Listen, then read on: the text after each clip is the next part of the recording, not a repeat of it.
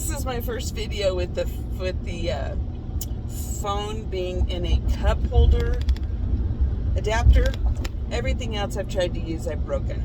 I don't love the image here, but it'll get the job done. So I am leaving Rollins after over a week of being here. And a huge shout out to Reliable Truck Repair in Rollins. The tow truck delivered my RV to that location, and I had bent the axle, so they had to get a new axle for me. And I said, well, this is my home.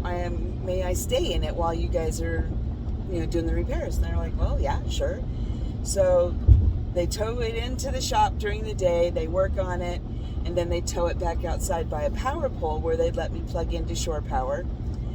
And they didn't have to do that, but they did, because my insurance doesn't cover a hotel room for me while my RV's broken. Well, all right, whatever.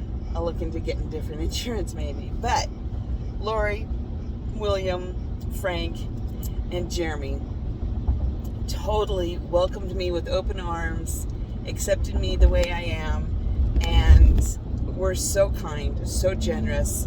Last night, after I'd gotten the U-Haul packed up and ready to block and load, Lori, Jeremy, and I went out to Saratoga to the hot springs for one last trip out there. It's a wonderful free hot springs, and it's hot, but it's really nice.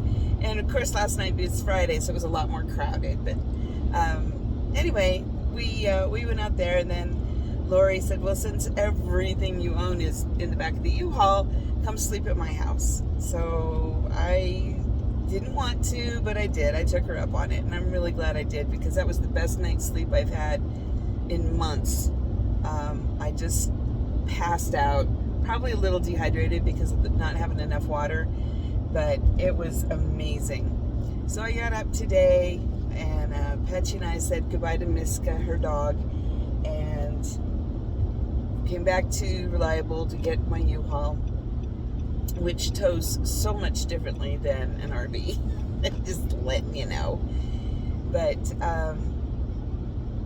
once they found the bent axle, then they let me stay still, waiting for insurance to decide what they wanted to do. And it took insurance longer than I thought it should for them to decide what to do. So the plan, I love all the antelope out here. A lot of pronghorn, tons of pronghorn. So they, the insurance, is that where I was? Sorry. It's been emotional. So, okay, we'll go back to Reliable. As I went and I picked up my U-Haul, Lori and Jeremy were right there, and they helped me load it up. And Lori went in the house, or in the shop, to get me a piece of cake, because it's her God-given mission to feed the employees, because she's just that generous. And so she brought me out a piece of cake, and she goes, hey, Frank's coming out to say goodbye, and he's really antisocial. He doesn't do this. And so I had given him a hug earlier in the week, last week, with permission. I'm learning, you have to ask permission first. So I asked permission, and he said yeah. So again today I said, hey, can I give you another hug? And he's like, yeah. So I gave him a good luck hug, told him to take care of himself and to be kind to himself.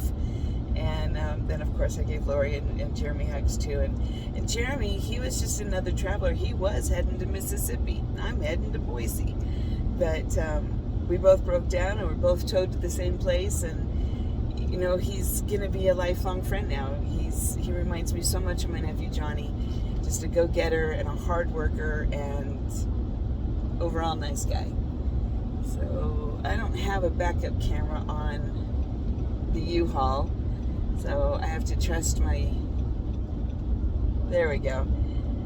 I can only go 70 on these tires, because it's a U-Haul. You're only supposed to go 55, but they're rated for 70, and it's 80 through here. And I know there was a U-Haul, or a semi right behind me, who wanted to get over. So, and there he goes. Bye-bye. GPS tells me I'll be home at 1 a.m. I don't know that I'm going to make it all the way tonight.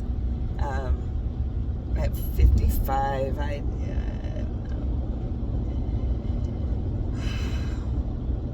Thank you, Rollins. I learned a lot. I had a lot of fun. Went out to Saratoga 3 times.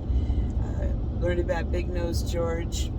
Really wish I could have learned more about the creepy guy that tanned George's skin to make shoes out of, because who does that? That guy was a governor of Wyoming, and he went to the U.S. Senate. So, the next book would be why, how, what was your thought process? And, Big Nose George, in the grand scheme of things, was not the worst criminal I've ever read about. He tried to rob trains, mostly unsuccessful, and he was present when 2 lawmen were shot. And it's quite possible he shot one of them. All the other people in his party vanished, died, or, were never held accountable. And it's quite likely that he ran with Frank, Jesse James's brother. And, Big Nose was nothing compared to all these guys.